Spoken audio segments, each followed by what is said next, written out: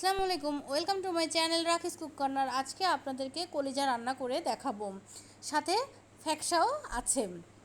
আমি আজকে গরুর কলিজা রান্না করব। এটি দুর্দান্ত স্বাদের হয়ে থাকে। এই তো দেখুন, আমি ফ্যাকসা আর কলিজার টুকরাগুলা এরকম সাইজ করে নিয়েছি। এবার হালকা কুসুম গরম পানি দিয়ে সুন্দর করে আমি ধুয়ে নিব, তাইলে এর যে একটা ব্যাড স্মেল সেটা থাকবে না। এই তো সুন্দর করে ধুয়ে নিলাম। এবার একটি প্যানে পরিমাণ মতো তেল দিয়ে এলাচ দারচিনি দিয়ে দিলাম, তেজপাতা দিয়ে দিলাম 1 চামচ লবণ দিয়ে নেড়ে নিলাম। এই তো নেড়ে নিলাম।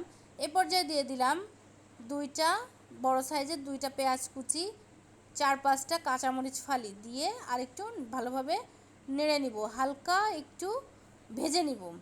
নিয়ে এবার দিয়ে দিব আলুর টুকরাগুলো। আমি যে সাইজের কলিজা আর ফ্যাকসা সাইজ যে কুটেছি, ঠিক আলুগুলো সেভাবে টুকরা করে নিয়েছি। এই তো আলুগুলো হালকা ভেজে এবার আমি আলুগুলো তুলে রাখবো। আলুগুলো আমি আস্তে করে তুলে নিলাম। এবার আমি এই পর্যায়ে দিয়ে দিলাম কলিজা আর ফ্যাকসার টুকরাগুলা দিয়ে আমি নেড়ে নিব।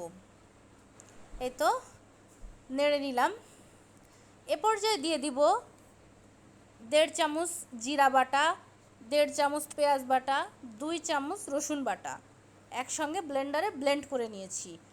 দিয়ে এবার দিয়ে দিব 1/2 চামচ হলুদের গুঁড়া, 1 চামচ শুকনো মরিচের গুঁড়া দিয়ে ভালোভাবে নাড়িয়ে নিব। এই তো ভালোভাবে নেড়ে নিলাম।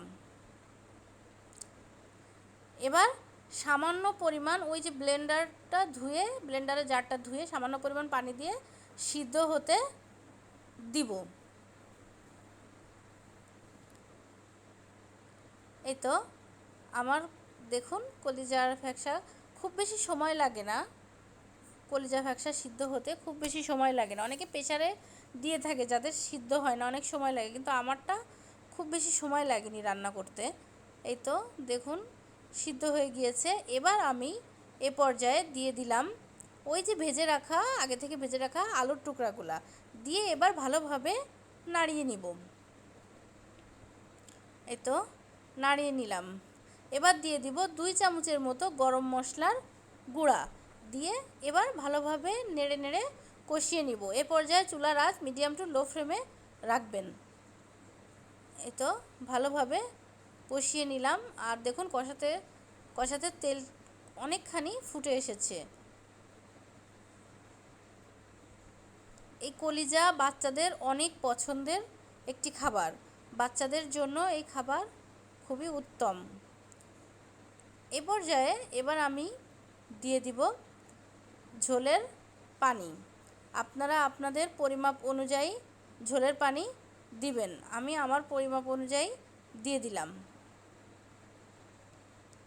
এই তো আমি ঝোলের পানি দিয়ে দিব। কলিজা ফ্যাকসা যেটাই বলুন না কেন, এটা গরুর মাংসের মতো করে রান্না করলে খুবই মজা লাগে। এই তো দেখুন আমার রান্না হয়ে গেছে। গরম গরম ভাতের সাথে এই কলিজা লাজবাব, খুবই মজাদার হয়ে থাকে। সবাই একবার হলেও বাসায় ট্রাই করে দেখবেন। আল্লাহ হাফেজ।